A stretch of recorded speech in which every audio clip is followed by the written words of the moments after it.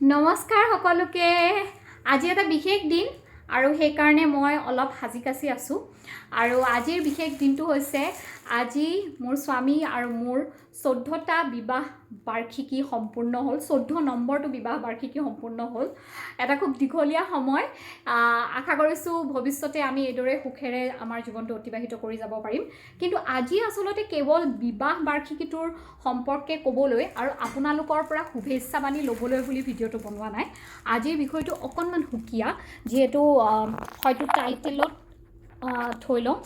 যিহেতু টাইটেলত হয়তো আপোনালোকে দেখিছে যে মই লিখিছোঁ যে আচলতে অসমখন বৰ ধুনীয়া, কিন্তু অসমখনৰ যি বৈশিষ্ট্য বা অসমৰ লোকসকলৰ মনবোৰৰ যিখিনি সাৱলীলতা, সেইখিনি নোহোৱা হৈ যায় যেতিয়া আমি আমাৰ মাজতে বিভক্ত হৈ যাওঁ। কাৰণ মোৰ যেতিয়া বিয়াৰ দিন ঠিক হৈছিল, বিয়াৰ কাহিনীটো আপোনালোকক পিছত ক'ম, কিন্তু প্ৰথমতে খুব সংক্ষিপ্তকৈ কৈ থওঁ যে মোৰ ঘৰ শিৱসাগৰত। মই সম্পূৰ্ণ উজনিৰ ছোৱালী আৰু বিয়া হৈছোঁ নামনিলৈ, মোৰ স্বামীৰ ঘৰ নলবাৰীত। গতিকে কথাষাৰত অকণমান বুজিব পাৰিছে যে উজনি আৰু নামনি, এই যে দুটা নাম দি থোৱা আছে অসমখনত, এই নাম দুটা ভাল নালাগে।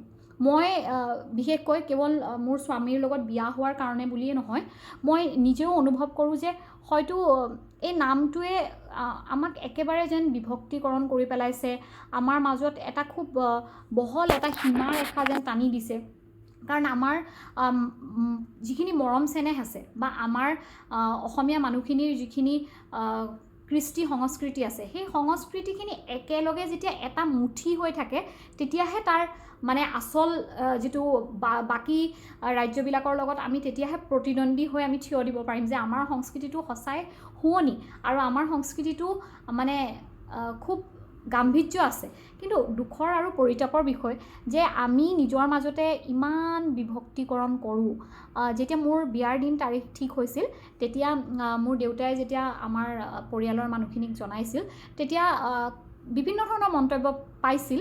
তাৰ ভিতৰত এটা খুব মোৰ বেয়া লগা মন্তব্য আছিল, আৰু ল'ৰা নেপালি নেকি ঢেকেৰী তোলে যে দিবলৈ ওলাইছ, আৰু ল'ৰা নেপালি নেকি ঢেকেৰী তোলে যে দিবলৈ ওলাইছ। গতিকে এই যিটো বাক্য আছিলে, এই বাক্যটো আচলতে মোৰ মনত কোনোবাখিনিত সদায় থাকি গ'ল।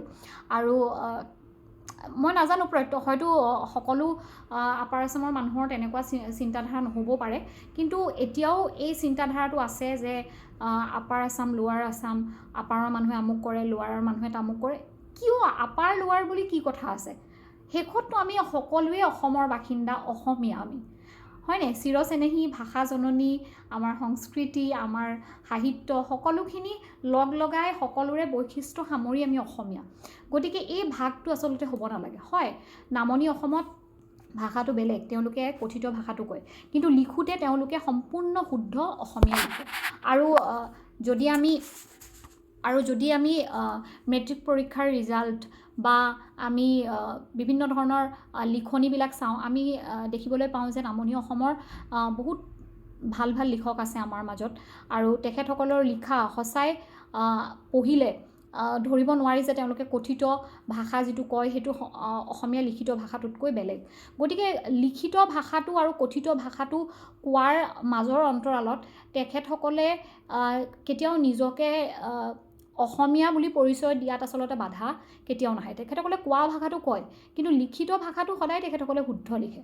আৰু কথিত ভাষা এটা অসমীয়াৰ হয় নহয়, মানে এইবিলাক কথা আমি আলোচনা কৰি আচলতে নিজক বাক বিতণ্ডাত অনাৰ কোনো প্ৰয়োজন নাই। ঠিক তেনেধৰণে কেৱল যে মই আপাৰ আচামৰ আছিলোঁ কাৰণে মোকহে লোৱাৰ আচামৰ মানুহৰ বিষয়ে কৈছিল এনেকুৱা নহয়। মোৰ স্বামীকো নিশ্চয় যেতিয়া আপাৰ আচামৰ ছোৱালী বিয়া পাতিবলৈ লৈছে, বিভিন্ন ধৰণৰ কথা তেখেতকো কৈছিল। গতিকে সেইবিলাকৰ সন্দৰ্ভে সম্পূৰ্ণ মই নাজানো, মোক কোৱা নাছিল, কিন্তু মই অনুমান কৰিব পাৰিছিলোঁ যে আপাৰত গৈ ফচিলি, এই শব্দটো মানে হয়তো শুনিছিল কিবা কথাৰ মাজত, মোৰ স্বামীয়ে মোক জনাইছিল। গতিকে ইয়াৰ পৰা অনুভৱ কৰিছোঁ যে আমাৰ মাজত এটা বিচ্ছেদ আছে, যে আপাৰ আচামৰ মানুহখিনি এনেকুৱা, লোৱাৰ আচামৰ মানুহখিনি এনেকুৱা। গতিকে এই বিচাৰ বিবেচনাবিলাক কৰাৰ কাৰণেই আচলতে আমাৰ অসমখনৰ ক'ৰবাত উন্নতিত আমি হয়তো ব্যাঘাত জন্মি থাকি যায়। কাৰণ আমি নিজেই নিজৰ মাজত ইমান ভাগ বতৰা কৰোঁ।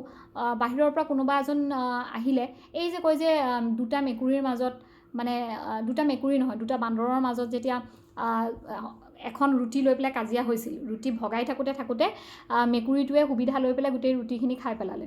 সৰুতে এই সাধুটো কোনোবাই শুনাইছিলে। গতিকে তাৰ পৰা অনুমান কৰিব পাৰি যে সেই একেটাই হয় আচলতে, আমি আমাৰ মাজতে খামখেয়ালি কৰি থাকোঁ আৰু তাৰে সুবিধা লৈ বহিৰাগত কোনোবাই আহি পেলাই আচলতে সুবিধাখিনি লৈ লয়।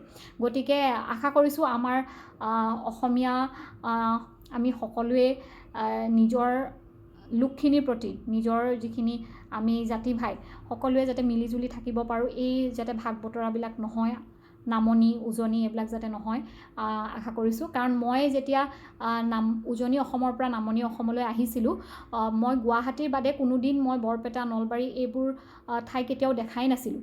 মই বিয়া হৈ মোক প্ৰথম সেইদিনাই, যিদিনা বিয়া হৈ আহি ঘৰ সোমাইছোঁ নলবাৰীত মোৰ স্বামীৰ ঘৰত, সেইদিনাই প্ৰথম সোমাইছোঁ আৰু তেখেতে কৰ্মসূত্ৰে মোক তাত 15 দিন অকলে থৈ পেলাই যোৰহাটলৈ গুচি যাব লগা হৈছিল। গতিকে মই 15 দিন অকলেই মানে নামনি অসমত নলবাৰীত আছিলোঁ, হেলচা নামৰ এখন গাঁৱত। গতিকে মোৰ কোনো অসুবিধা হোৱা নাছিল। তেখেতসকলে নিজৰ কথিত ভাষাতেই গোটেই কথাখিনি কৈছিল আৰু মই মোৰ লিখিত ভাষাত কথাখিনি কৈছিলোঁ। গতিকে তাৰ মাজত আমাৰ কোনো ধৰণৰ ব্যাঘাত জন্মা নাছিল, আমি কোনো ধৰণৰ আমাৰ খামখেয়ালি হোৱা নাছিল। আজি 14টা বছৰ হ'ল মোৰ বিয়াৰ, কিন্তু মই এতিয়াও মোৰ শাহু মায়ে আৰু শহুৰ দেউতাই এতিয়া নাই তেখেতসকলে কথিততেই কথা পাতে আৰু মোৰ লগতেই 6টা বছৰ আছিল। কাৰণ আমাৰ বদলীকৰণ হোৱা চাকৰিৰ কাৰণে আমি বিভিন্ন জেগাত থাকোঁ। যেতিয়া আমি অসমত আছিলোঁ সেইখিনি সময়ত তেখেতসকল আমাৰ লগত আছিল তিনিচুকীয়াত, আৰু তাৰপিছত এতিয়া গুৱাহাটীত থকাৰ সময়তো প্ৰায় আমাৰ লগত থাকে। গতিকে কোনো ধৰণৰ মই সমস্যা পোৱা নাই, নামনি উজনি সেইবোৰ বিভেদ আচলতে আমাৰ মাজত অহা নাই। গতিকে আশা কৰিছোঁ এই কথাবিলাকৰ সামৰণি পৰক, আমি সকলোবোৰে মৰম চেনেহেৰে সুখেৰে যাতে আমি অসমখনত বাস কৰি থাকিব পাৰোঁ। আৰু আশা কৰিছোঁ আজিৰ ভিডিঅ'টো কিমান জানো সামৰি ল'ব পাৰিলোঁ নাজানো, অকণমান আৱেগিক হৈ আছোঁ। 14টা বছৰ একেলগে পাৰ কৰিলোঁ, বহুত দীঘলীয়া সময়। আৰু আশা কৰোঁ আপোনালোক ভালে আছে। ভিডিঅ'টো যদি চাইছে বহুত বহুত ধন্যবাদ। আশীৰ্বাদ কৰিব যাতে আমাৰ বৈবাহিক জীৱন সুখৰ হওক, শান্তিৰ হওক আৰু এইদৰে আমি যাতে আগবাঢ়ি যাব পাৰোঁ। ধন্যবাদ জনাইছোঁ ভিডিঅ'টো শেষলৈকে যদি চাইছে। নমস্কাৰ।